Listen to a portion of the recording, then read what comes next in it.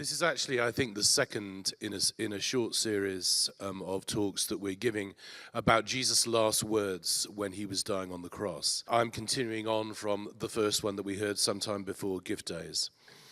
And it's an extremely well-known short verse, my God, why have you forsaken me?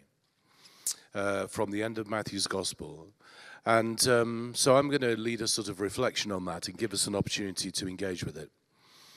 But first, I have to inform you that I never received my acceptance letter from Hogwarts, and so I'm actually leaving the Shire to become a Jedi. Now, to find that phrase funny, you need to know a bit about Harry Potter, Lord of the Rings, Star Wars. Without an understanding of these pop culture references, that sentence is meaningless. And I begin with this to point out that Jesus' statements in the Gospels are very rarely without subtext, without references, particularly to the Old Testament tradition. So today's words from the cross are no exception. My God, why have you forsaken me?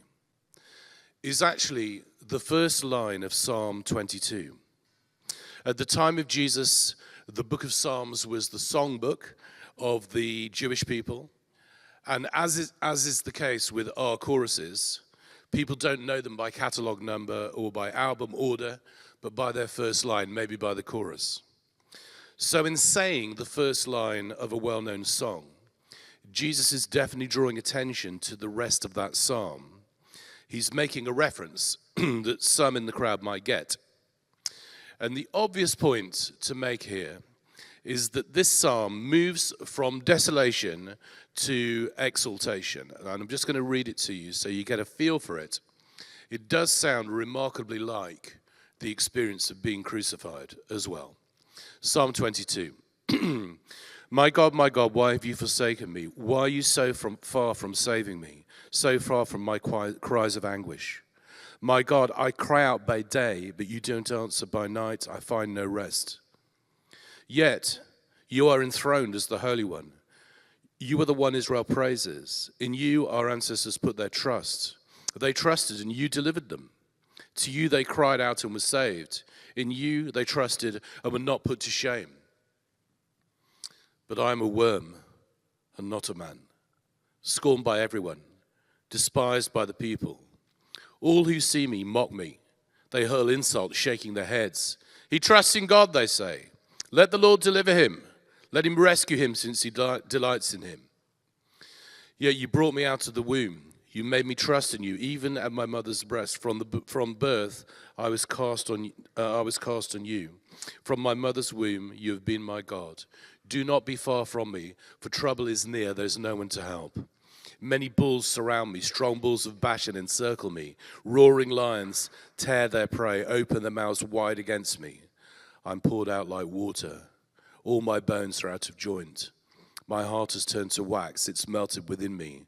My mouth is dried up like a potsherd. My tongue sticks to the roof of my mouth. You lay me in the dust of death. Dogs surround me. A pack of villains encircle me. They pierce my hands and my feet.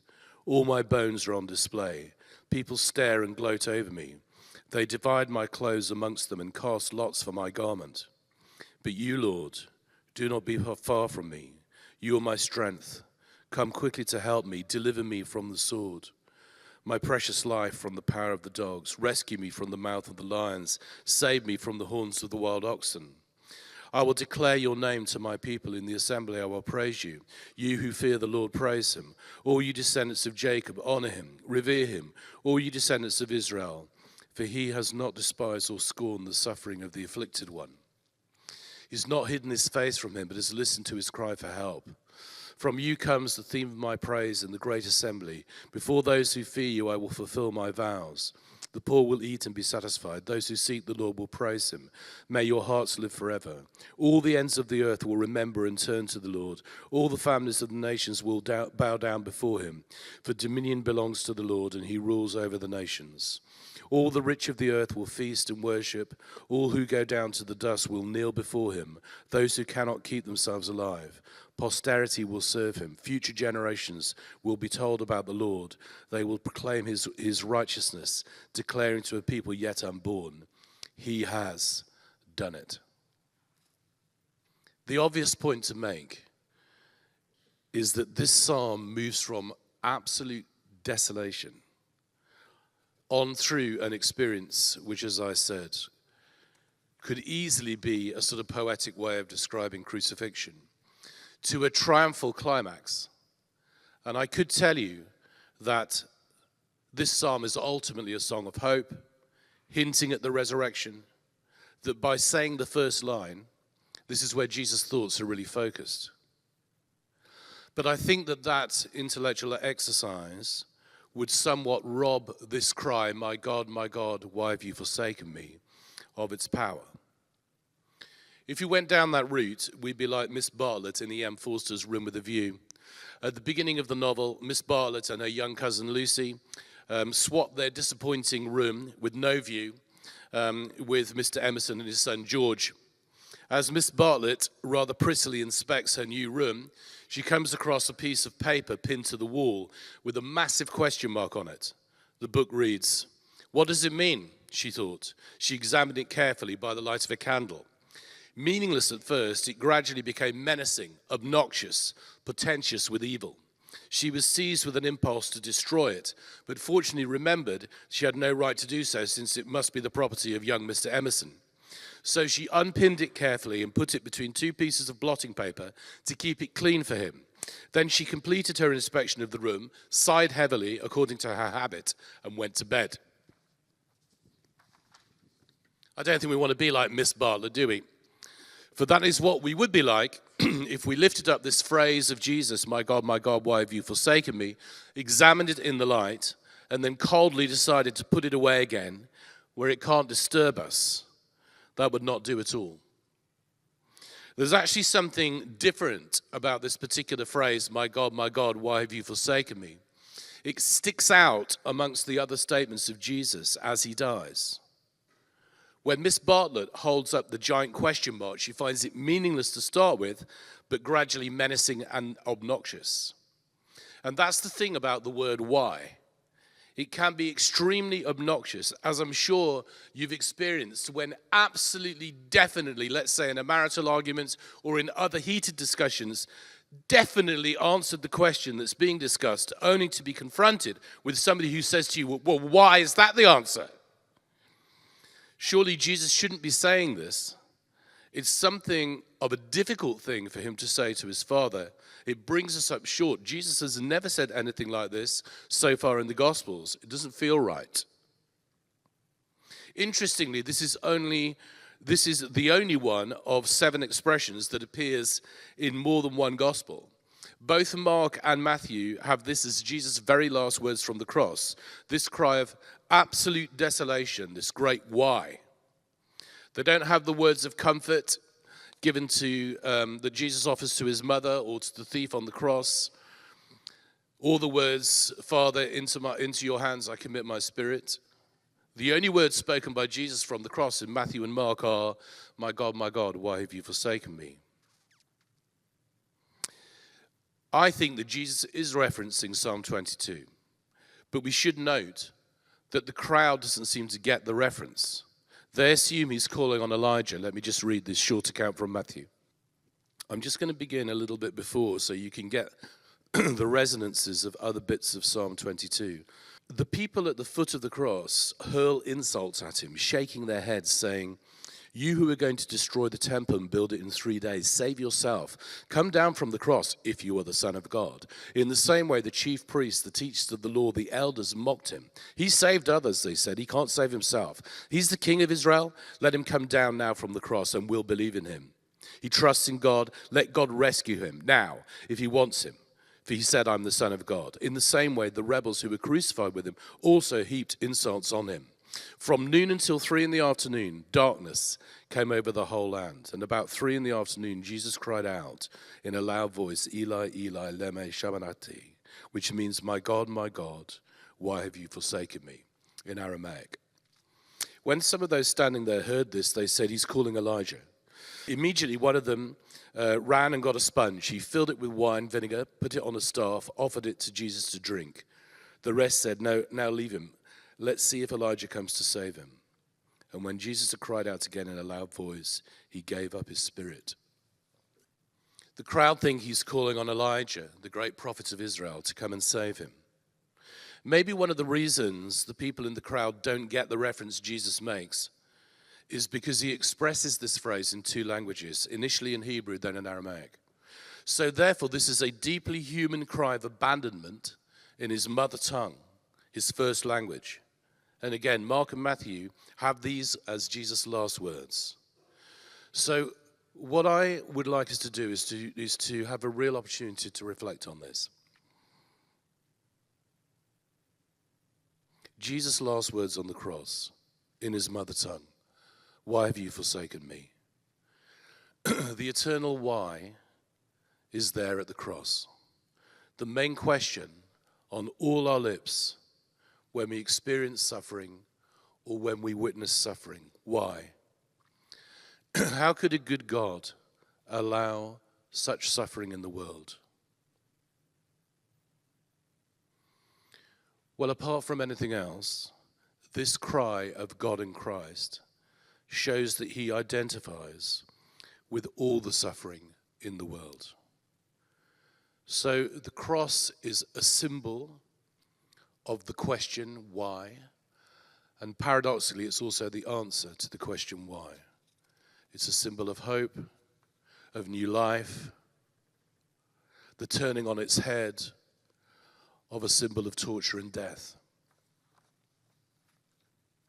But when you experience pain and suffering, when you cry out from your gut to God and ask him where the hell he is, why he hasn't changed it, remember that Jesus did that before you.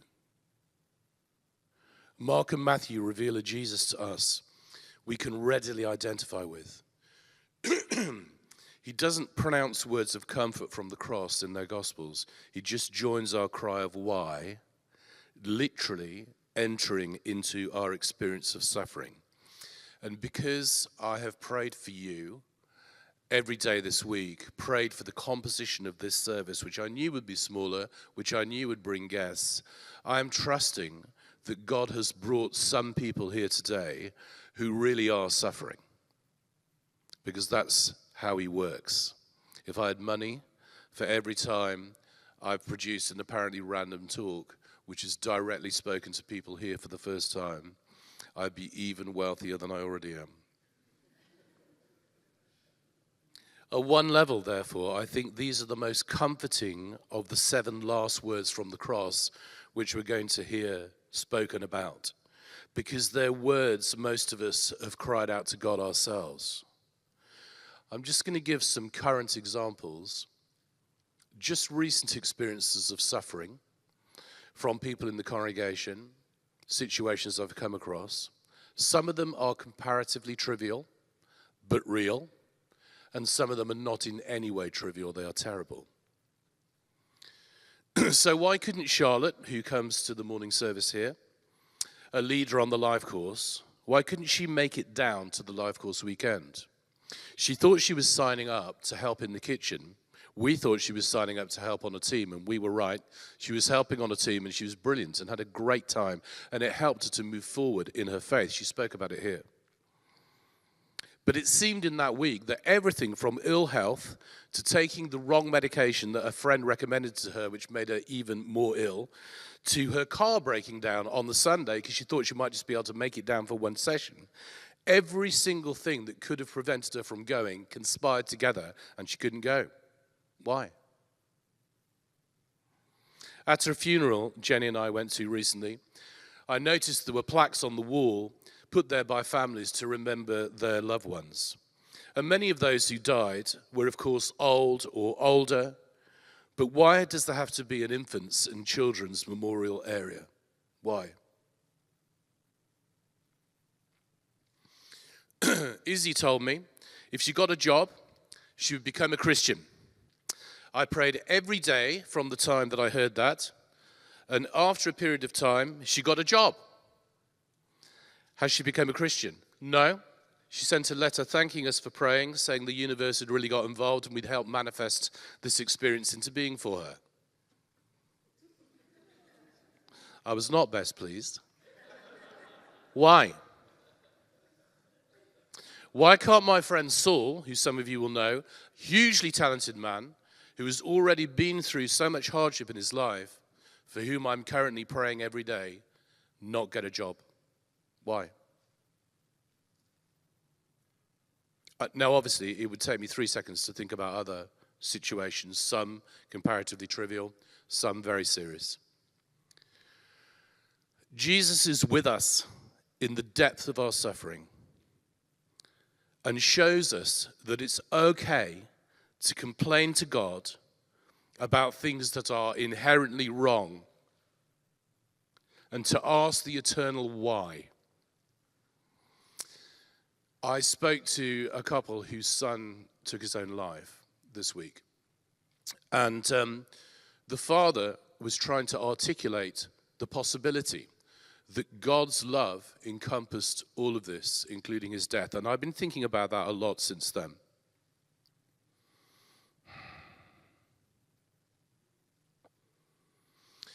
And if he means that God is with us and was with his son, even in those moments, I agree with him. Because what tends to happen is when we suffer, we can often revert to the child's understanding of the love of God, which is that if God loved me, this would not happen to me. And so in our heart, we turn away from God. And it's hard for us to remain open-hearted when we are suffering. But I discovered as a very young Christian, when my mother was dying of cancer, that the best thing I could possibly do was fully open my heart to God throughout that process. And since that time, I have, from time to time, had the opportunity to try to help people to do that. And I want to help you to do that. The love of God encompasses whatever experience you're currently going through. He's not somehow removed from it. He's not somehow separate from it, waiting for you to get to a particular point where there he is.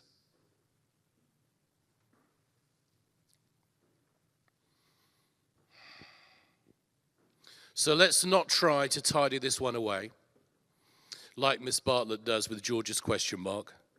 Let's leave the sign up on the wall, the sign of the cross. Whenever we see a cross, it's probably worth remembering that Jesus cried out, "Why is this happening to me? Why have you left me?" And Jesus, for each one of us, he is both the question and the answer.